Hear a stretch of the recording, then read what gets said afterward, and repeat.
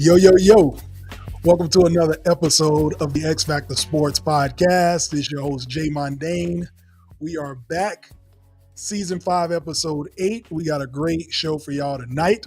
I'm so glad to have y'all in. We are on YouTube and Rumble every Wednesday, and all the audio podcast platforms you can listen to. You can check out the X Factor Sports Podcast. Be sure to like, share, and subscribe. Tell everybody we got real talk, unbiased takes on the X Factor Sports Podcast, changing the game. All right. We got a great show for y'all tonight. So we got heavy on the football, NFL. We're 8 days away from kickoff. So you got the 8 bold predictions that we're going to give y'all for the NFL season. And then we've brought back everybody's favorite segment. I told y'all I had a surprise for y'all last week. We've brought it back. Everybody's favorite segment, Bet That, is back. We got a college football segment, a 5-leg parlay for Saturday's games. You don't want to miss that. And then we are doing something a little bit different with the 2-minute warning. We're not going to do it this week. We got to address what Anthony Edwards has been saying about basketball before he was even born. So we're going to tap into that. All right. But before we dive in, like we always do, we get into the layup lines, the quick news. Somebody finally woke up Jerry Jones out his nap and said, hey, bro, the season's about to start in a week. You still haven't signed CD Lamb yet. He said, wiped the cold out his eye and woke up, finally signed CD Lamb to a much-deserved contract, 4 years, 136 mil, $38 million guaranteed, and he's getting $100 million guaranteed as well. Sorry, $38 million signing bonus with this new contract, and then 100 of that 138 is guaranteed. All right. So congratulations to CD Lamb getting the money he deserved. He's one of the top wide receivers numbers wise in the league last year. He is going to be the savior on his offense. Dak Prescott needs somebody to get the ball to. He's going to be the guy. I'm interested to see how CD Lamb will be this season. Everybody knows he's the number one. He's going to have a lot of double, triple teams just because I don't think this offense is going to be that good. I wonder how he'll handle that, but congrats on making that money. I'm all about pro player and them making money. So the Chiefs, we can switch over to them here in the quick news for NFL also. Juju is back with the Chiefs. Congrats to him. Looks like he's back home. He looks happy again. I think going to New England, he had to go get his money. So can't begrudge him for that. However, the grass ain't always greener, man. I know these guys need to make their money. They got a short window of time, but there's different parts of your career. You kind of find out the type of player you are. You got to look yourself in the mirror and just know that in Juju's career at this point, he's going to be a number 2, number 3 guy on a good team. And if the Chiefs are going to take him back in open arms, why not go back and rejoin them? You know you're with a good program. You know the playbook. You know you will get opportunities, especially with Xavier Worthy now there, and then Travis Kelce, obviously the number 1 target. Juju can fit in pretty seamlessly. He's going to replace Marquez Valdez-Scantling. So congrats to him getting the job back. But what that means, Kadarius Toney is gone. Y'all saw the 53-man rosters come out yesterday. Kadarius Toney's out, which we all pretty much kind of predicted that. I'm surprised they kept Mecole Hardman. We'll see where he comes in, kind of spot, third down, red zone type of situations is probably where they'll use Mecole. Kind of hard when I think about it to let go of a guy who scored the Super Bowl winning touchdown. It's hard to let that guy go. So congrats to the 53 men on their rosters in the NFL. And I know y'all saw that as well. So congrats to them. And then, of course, the Jets be jetting like they always do. They still can't get Hassan Reddick in the building. So we got one owner who finally woke up, signed his player. And now we got the Jets 8 days away from kickoff. And the guy you just got in the offseason from the Eagles has not made an appearance yet or signed any type of contract with the Jets. He's looking for an extension. They're being stubborn on both sides. So no Hassan Reddick. We'll see how that plays into the Jet season and go from there. All right. Over to Major League Baseball. Some more quick news. Major League Baseball, Mr. 700 million, Shohei Ohtani, became the sixth player in Major League Baseball history to join the 40-40 club. For those of you who don't know what the 40-40 club is, that's 40 home runs and 40 stolen bases in a season.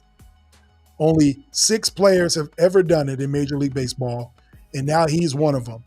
And on top of that, it gets better. He hit the 40th home run with a walk-off grand slam the other day. So crazy dramatics. Dodgers are looking good. They're hitting their stride. They got Mookie Betts back. Then you got Mr. 700 million hitting a grand slam walk-off for his 40th home run of the season. Already stole 40 bases. And oh, by the way, he came into baseball as a ace pitcher. All right.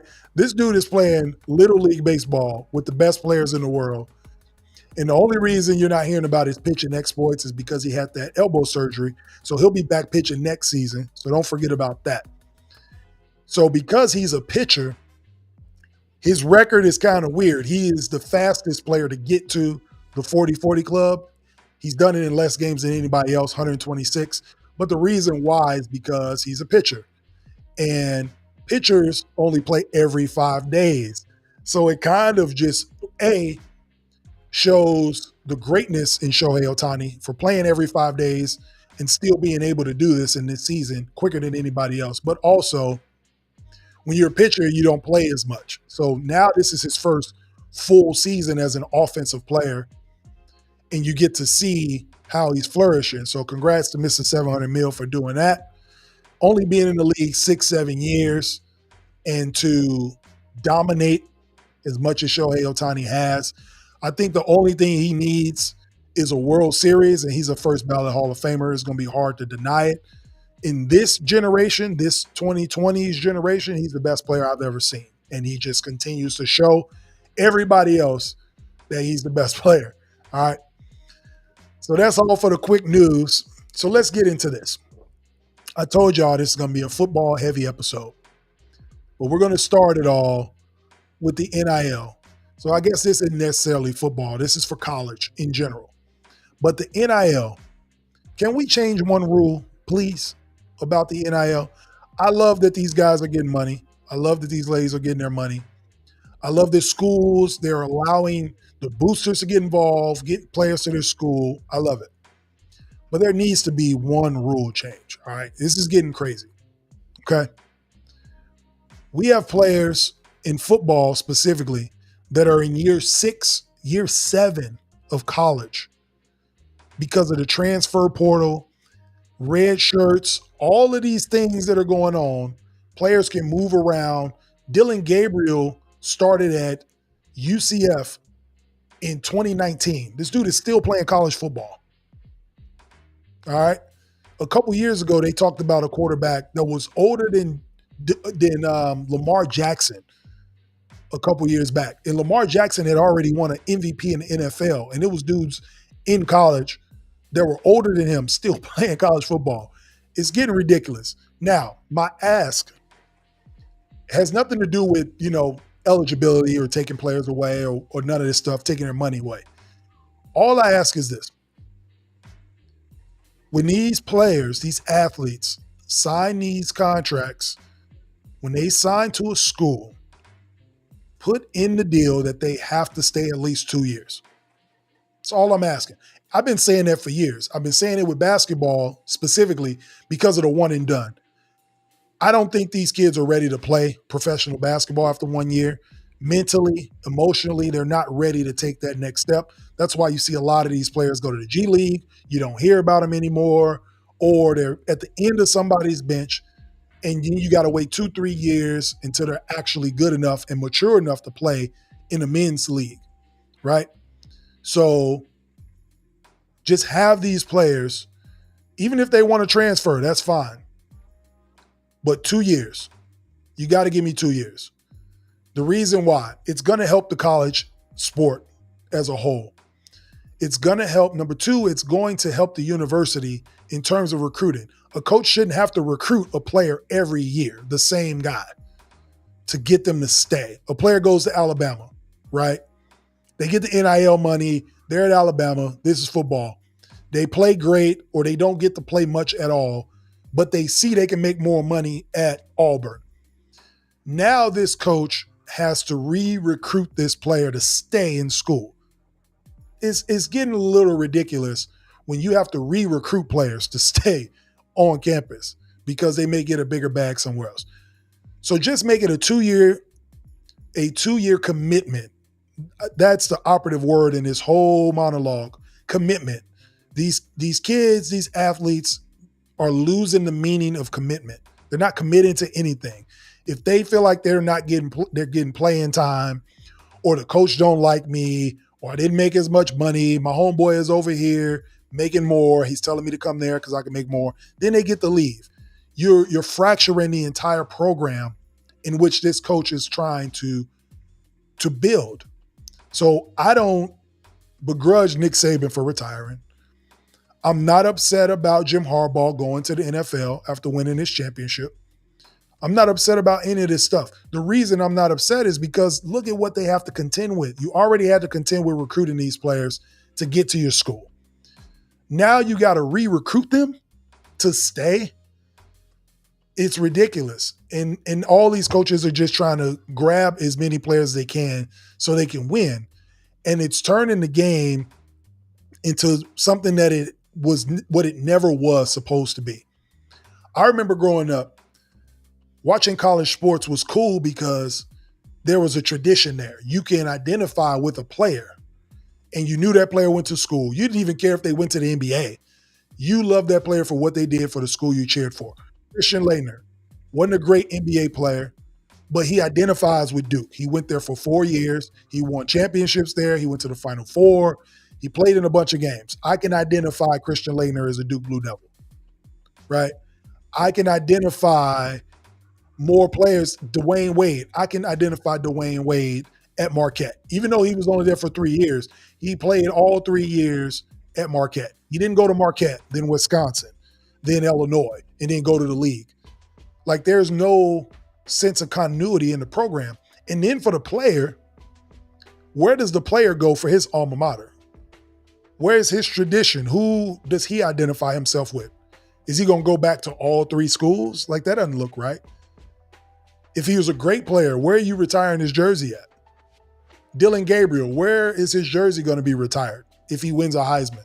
I guess it'll be at Oregon because that's where he is now. But what about the UCF fans, right? What about the Oklahoma fans? He went to Oklahoma for a year too. All of this is getting lost in what college football is supposed to be. So I'm just simply asking if we can change this rule. 2 years, man. Give me 2 years at a university so the coach has a system in place. If you're not happy after 2 years, you've played 2 years of eligibility, you've got to learn football, to grow, basketball, all these things, instead of transferring 6, 7, 8 times. Now you have no consistency in your game. There's no way to develop a player because now they're learning a whole new system somewhere else, all because they want this money. If you're good enough to play, the NFL's not going anywhere. The money's not going anywhere. The money will find you. So I ain't the old man saying get off my lawn or hating. I want these players to make their money because, again, it's sports. Athletes retire at 35 and they still got the rest of their life that they got to use that money for. So get all the money you can in that time. But all I'm saying is this. The product is getting diluted. It's not even a good product. I find myself watching less and less basketball games in college the older I get because I don't know who the hell these players are. I don't know where they're going to play next year. So I can't invest time into a Duke player if he's just going to transfer after this year and go somewhere else. I don't know who he is anymore. So I think it's even more important in college football because they have to stay 3 years anyway before they can go pro. 2 years, man. Give me 2 years in this program. And if you don't like what you got, you can go get your NIL money. You're going to make NIL money here anyway. So what's a couple $100,000 more to go somewhere else, not knowing if you're going to play there either. So we're losing what college sports was with this transferring everywhere for NIL dollars. We're losing the essence of college. Being a big college fan and being a former college athlete, I wish we had NIL 20 years ago. I speak for everybody when I say this who is around my age. 20 years ago, we wish we had some NIL money instead of dollar menus at McDonald's and soup, salad, and breadsticks at Olive Garden. We wish we had NIL money. But nonetheless, I congratulate everybody for making their money, but there has to be some sort of governing body step in and organize this thing so college football can be what it was. We already don't have any conferences anymore. So now we're not going to be able to identify these players either. So that's my ask, just to fix that. Y'all let me know what y'all think about that. Like, share, subscribe to the X Factor Sports Podcast. We are on YouTube and Rumble. All right, here we go. Let's get to it, man. Miss D kind of saw some of these yesterday, and she ain't talked to me since. She's still upset about it. But these NFL bold predictions, all right, we're 8 days away from kickoff next Thursday, so be sure to tune in everywhere. But before we go to it, we got to have some bold predictions for 2024, all right? And this is the one that Miss D didn't like, so we're going to get to it. At number 1 of the X Factor Sports bold predictions, the Chiefs will not make it back to the Super Bowl this year, all right? She already flipping me off over in the corner. She ain't happy about it, guys. This ain't a joke. She's a diehard fan. I love her for it, too, that she ride with her team. But they're not going back to the Super Bowl. So everything we talk about here, we bring context to it. There's a reason that there's never been a repeat champion 3 times in the NFL. It's hard to do. It's hard. It's clearly impossible up until this point. A lot of things go into winning a championship, number 1, but winning 3 of them. This is a totally different team from 2 years ago when they won the first of this run, right? It's a totally different team from last season.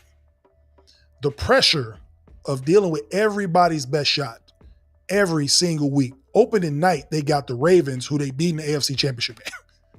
You think they ain't coming to Kansas City to spoil that banner celebration? It's just going to be, it's hard to do. The pressure, the health, the continuity, like everybody relearning everything in terms of offense, defense, special teams, like the ultimate team sport. So it's not really weird to say, maybe in Kansas City, everybody, oh, Jay, you tripping. This is probably the only place where it seems like a bold prediction, but I don't think it's really that bold. But the Chiefs will not make it back to the Super Bowl for a 3rd time. That's not to say that they won't go back after this year. Remember, they've won 3 Super Bowls in 5 years, so they obviously missed a Super Bowl in one of them. So I'm not jumping out the window saying with this statement. But the bold prediction, the Chiefs will not go back to a Super Bowl this season. So also it helps because I got a little side bet with Miss D too, is she got the Chiefs and I got the field. So if the Chiefs win the Super Bowl, your boy gonna have to go on social media with Chiefs apparel. It's burning on the inside even saying it out loud. If the Chiefs win the Super Bowl. So I already got extra incentive for them not to make it. But from a non-biased, real talk standpoint like we do, it's just hard. It's not an accident. We're over 100 years of NFL football and nobody has three-peated. The 49ers were the closest to get there, and they lost on a game-winning field goal to the Giants in 1990 to get back to their 3rd Super Bowl. That's the closest anybody's ever got. There are more teams that didn't make the playoffs after going back-to-back than there is getting to a championship game. So the reality is it would be an outlier for them to even get to a Super Bowl. And I just don't think they can do it. It's a grind. It's a long, long grind, mentally and emotionally and physically draining to get everybody's best shot for 3 straight years to try to get to a third Super Bowl. So it all sounds good, and obviously they play to win, so you're going to hear them say it. But the grind, I just don't see them getting through it and getting to another Super Bowl. At number 2, the Dallas Cowboys will not make the playoffs this year. Sorry, all my friends that are Cowboy fans, y'all them boys, y'all will not make the playoffs. That's my bold prediction. Yes, they signed CeeDee Lamb. There's just way too many damn distractions there. They're going to struggle offensively this year with CeeDee Lamb being the number one, potentially the only A-list weapon on the offensive side. They lost their defensive coordinator, so I'm going to be interested to see how the defense responds to that with a new system. There ain't going to be a bunch of Deron Bland pick sixes this year. Sorry, Dallas fans. The defense, I feel like, will have to be on the field more often because the offense will struggle. And when you got time of possession on the field, it wears on you. So I think that's where we're going to see a little dip. And the NFC's gotten better, honestly. Washington's gotten better. Chicago will be better. I think Arizona is going to be better. They're going to be sneaky. The Rams are going to be better than people think. It's just a lot of teams. The Eagles have something to prove. The 49ers are the 49ers, so on and so forth. So there's only 7 spots. Green Bay, there's talks about Jordan Love might be an MVP. So the Lions, so there's just so many other NFC teams. I feel like Dallas, with what they've lost, are going to be on the outside looking into the playoffs. And here's another bold prediction inside of a bold prediction. We're still talking about the Cowboys. With their schedule, because they have a tough schedule winning the division last year, if they're like 3-8, 4-7 by Turkey Day, Mike McCarthy going to be out of there. And that prediction may be even bolder than them not making the playoffs, because Jerry Jones doesn't fire coaches midseason. But if they are well under 500 by Turkey Day, I see Mike McCarthy out of there. All right. At number 3, since we're talking about Turkey Day, might as well segue into this. Davante Adams will no longer be a Las Vegas Raider by Turkey Day. All right. You know how we just talked about all the struggles that the Cowboys are going to have? The Raiders are not going to be too far behind with struggles. All right. Davante Adams is at a point in his career where he's trying to win, and he wants to win now. Okay. The reason he even went to Vegas is because he was going to play with his college roommate and quarterback, Derek Carr. Derek Carr ain't there no more. He doesn't identify with anybody there. Antonio Pierce may do a good job in the future, but they're not going to win right now. The Broncos are going to be better than them this year. So I think Davante Adams is going to kind of see what the Jets are doing, what Aaron Rodgers looks like, and he's going to want to get out of there. He's a professional, so you won't hear him barking. You won't see any smoke coming from Vegas because he's a consummate pro. But Davante Adams will be gone by Turkey Day. All right. At number 4, I love how these things are segueing together, right? We just talked about Davante Adams. He looking at the Jets. He want to see what they going to look like on Turkey Day. He ain't going to the Jets. Aaron Rodgers finna fall off a cliff this year. All right. So I know y'all hear all these pundits talking on these sports shows, talking about how great Aaron Rodgers is going to be. They're trying to sell you the excitement of watching the Jets play. He falling off a cliff, bro. Check this out. The cliff that they thought Tom Brady was going to fall off of back when he turned 40, the one Max Kellerman was talking about, that cliff was reserved for Aaron Rodgers. All right. We're talking about a guy who hasn't played let me back up. In 580 days, he's played 4 snaps. Make sure y'all grasp that, okay? It's been over a year and a half. This dude has only played 4 snaps. He's about to be 41 in December. He had a torn Achilles, and the last season he had in Green Bay wasn't that great. That's why Jordan Love is the quarterback now. When your production is lower than the antics, teams don't want you no more. That's exactly what happened in Green Bay. It's very simple, all right? I try to take the simplest, more efficient approach to things, and it's very simple. Aaron Rodgers was great for Green Bay. He only won 1 Super Bowl. I don't know why everybody thinks He has done so many great things. He's won 1 Super Bowl, and his playoff record after that ain't great. But I digress. But when his play was not MVP level anymore, and all you heard about him in the news and on the front pages was antics, ayahuasca, and politics, okay, you can leave now. We'll show you the door. Your play isn't up to par where we can deal with the antics, especially in Green Bay, Wisconsin, way up north in Wisconsin, right? They don't have time for that. So he goes. Now we're just getting more anticipation for a 41-year-old guy with a bad Achilles who probably should have played in the preseason this year but didn't.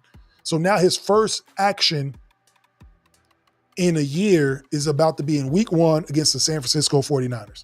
What? Really?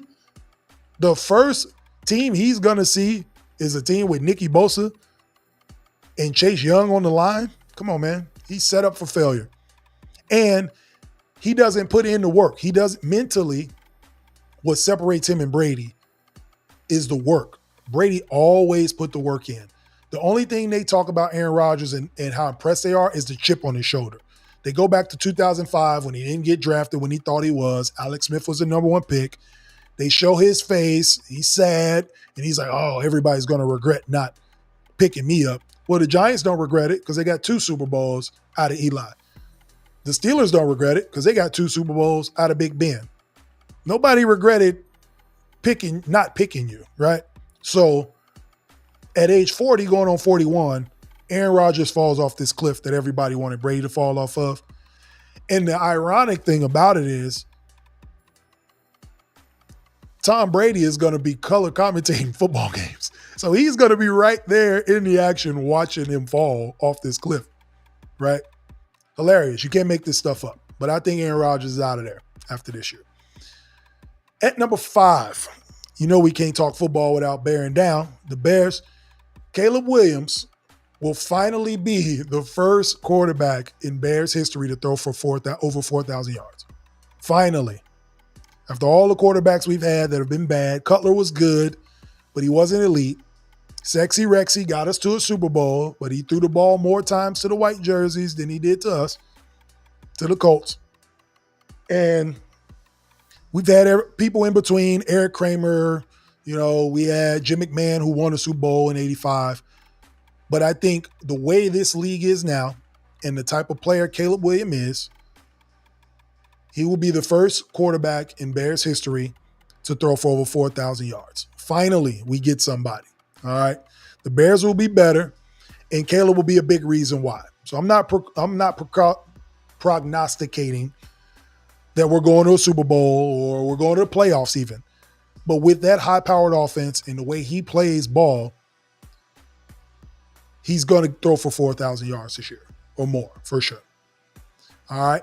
And then at number 6, so we go from the current QB1 in Chicago to the former.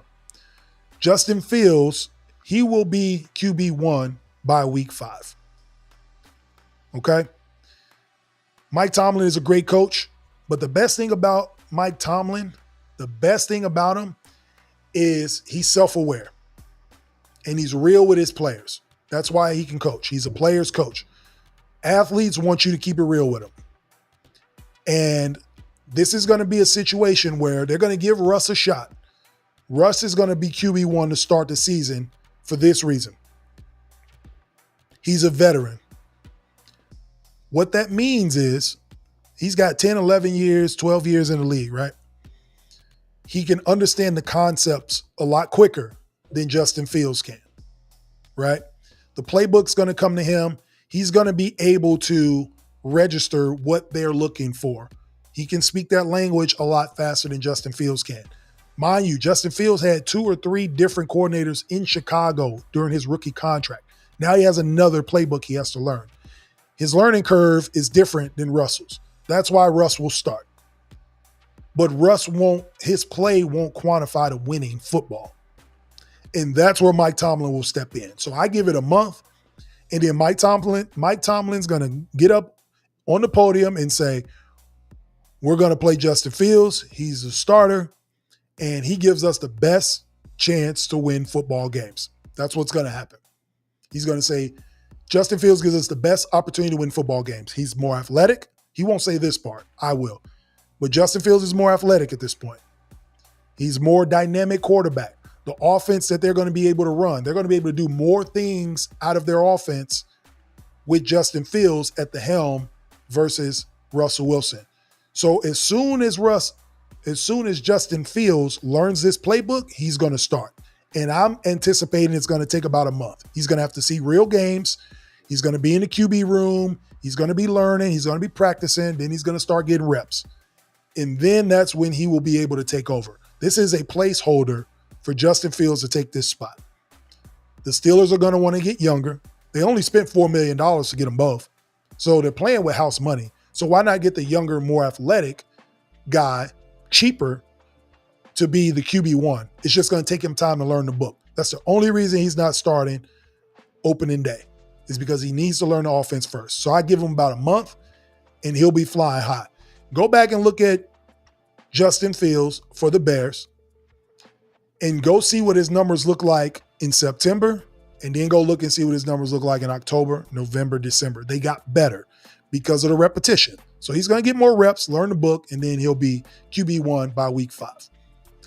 At number 7, I kind of touched on this on some of those other bold predictions, but the 7th bold prediction, the Arizona Cardinals will not finish last in the NFC West. And everybody's saying, that ain't really a bold prediction. I mean, it ain't like you saying they making the playoffs or nothing.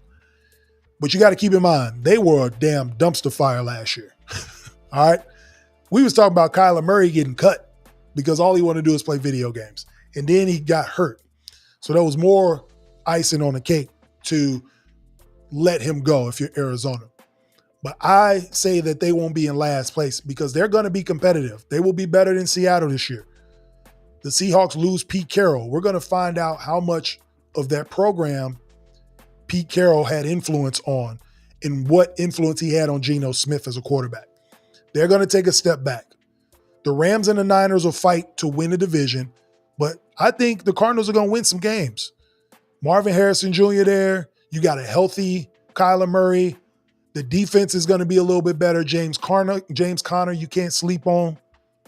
For my fantasy people, like the Arizona Cardinals will win some games. They're going to have a last place schedule. That always helps. The NFL is designed for teams to go 8-8, 500, right?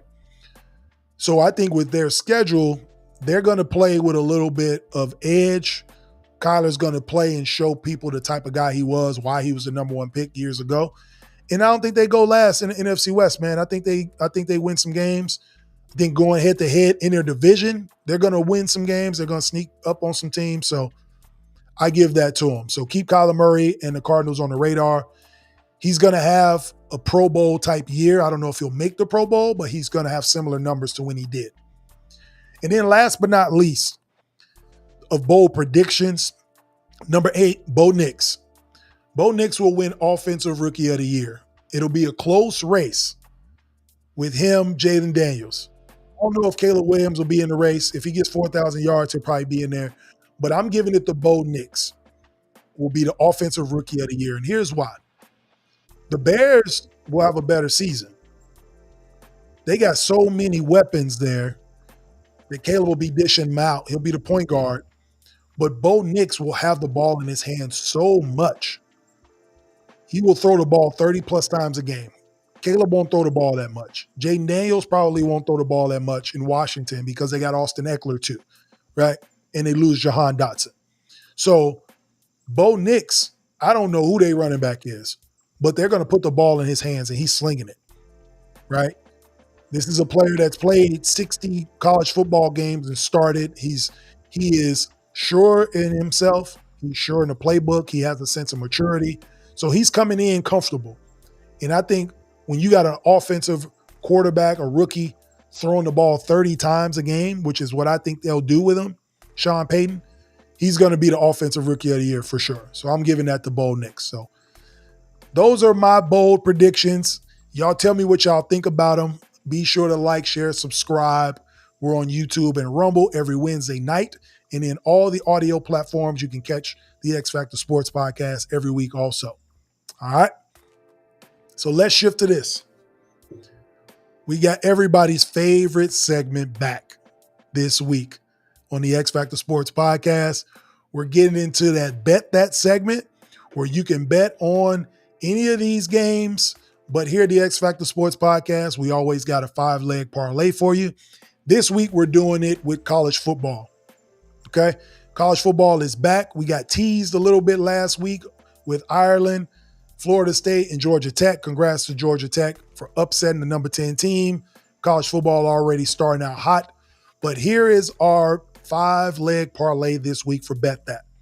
We got Clemson at Georgia, number 1 Georgia, and we got a 13.5-point spread. Go ahead and take Georgia to cover that spread.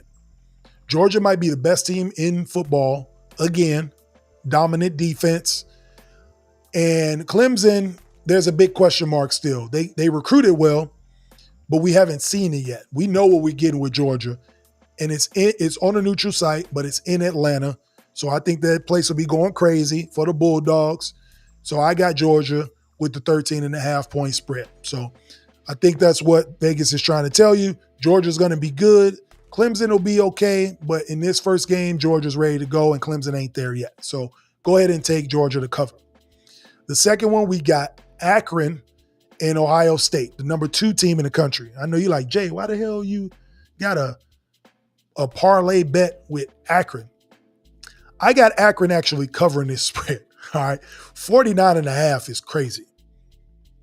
Crazy. So think about it like this. When I'm looking at these numbers, Vegas has Ohio State as 49.5-point favorites, and the over and under is at 59.5. So what are they telling you? They're basically trying to tell you that Ohio State is going to beat Akron like 60-10, 65-10, like a crazy game. I don't believe that's going to happen. So I'm going to take Akron to cover this spread. They will not lose by 50 points. They're going to get some garbage points or garbage touchdown at the end of the game when Ohio State is kind of cruising. Akron will have the ball. They'll get a crunch time touchdown. So make sure you don't go with the bad beat.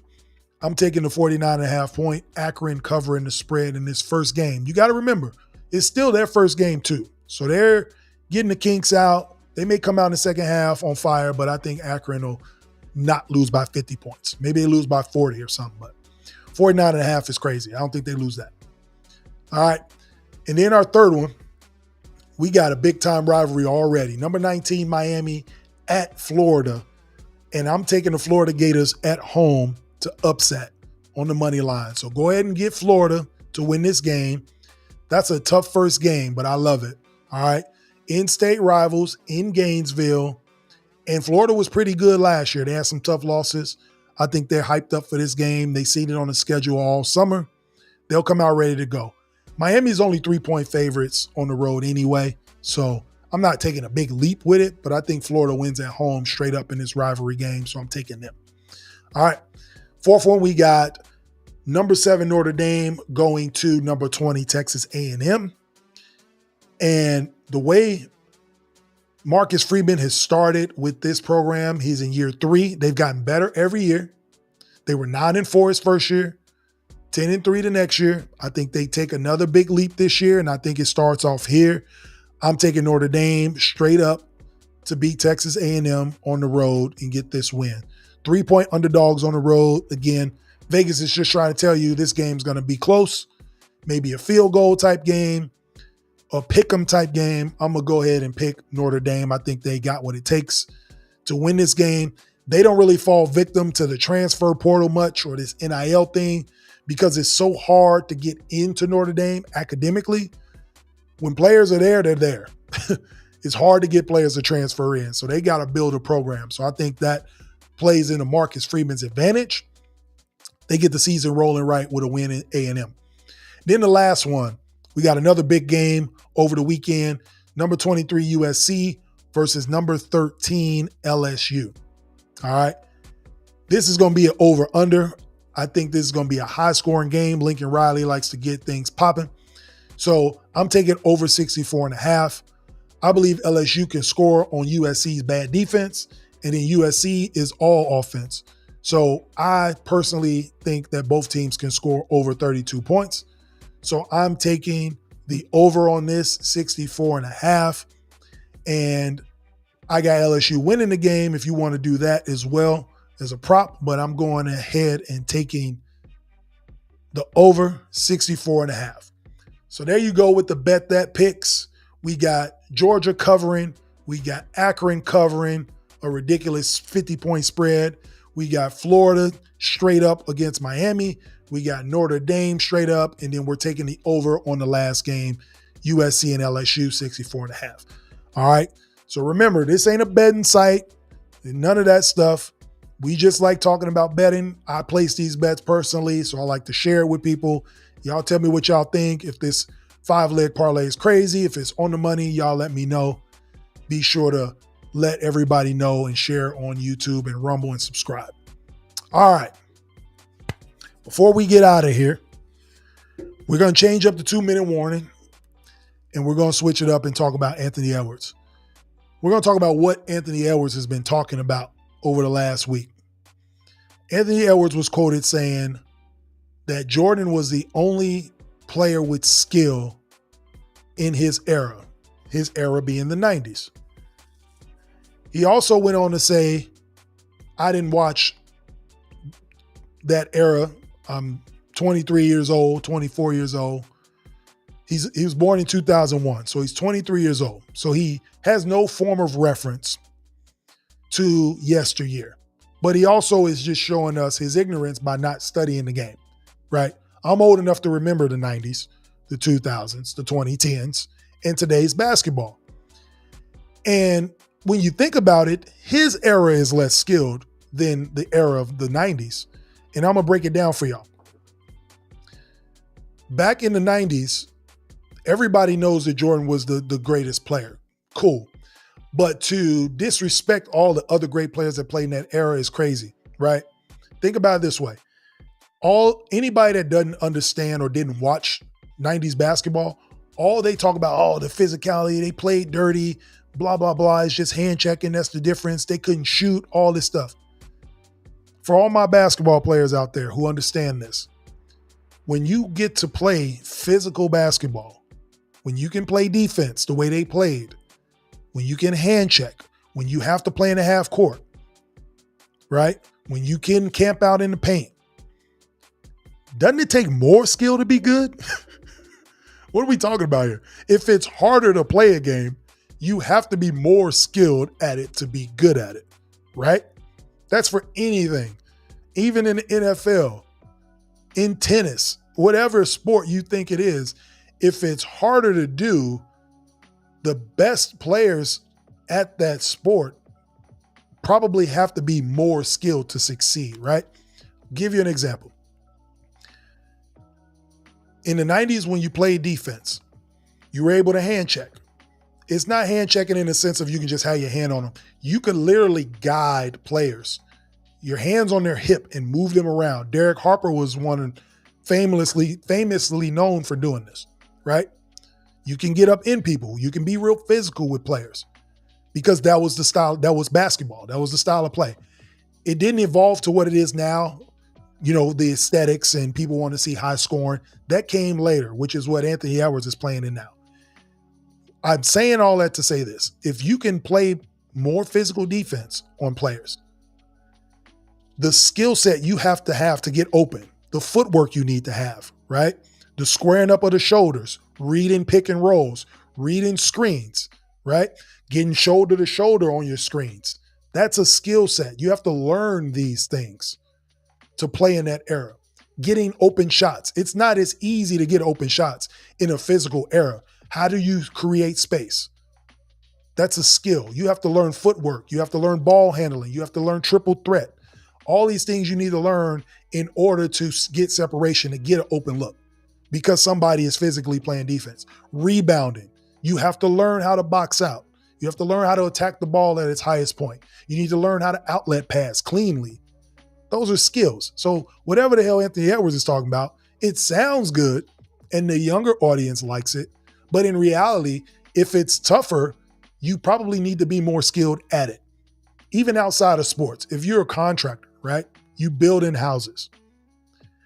It's probably easier to build houses now because of the road that was traveled in the past, right? They probably have more equipment, more technology to help build these things. Don't you think 30, 40 years ago it was harder to build houses? So you needed contractors with elite skill set to build, right? So this isn't just a sports thing. This is life. So understand when things are better now because of the people that had the skill set for you to build what it is today. So to Anthony Edwards and all these other people that are thinking this way, today's NBA is so damn watered down. All you got to do is run up and down. They don't even do plays anymore to get even a deeper level, right? Back then, you had to learn plays. And if you didn't know the plays, you couldn't play, right? You can't be on a team and not know what the hell is going on. If you don't know defensive coverages, if you don't know offense, if you don't know how to read offense, you couldn't get on the court. Now it's just concepts. Everything is spread out. It's all reads. They don't even call them plays anymore because these kids can't compute what a play is. Everything is a concept. Everything is actions now, right? If this player does this, you do that. It's reaction.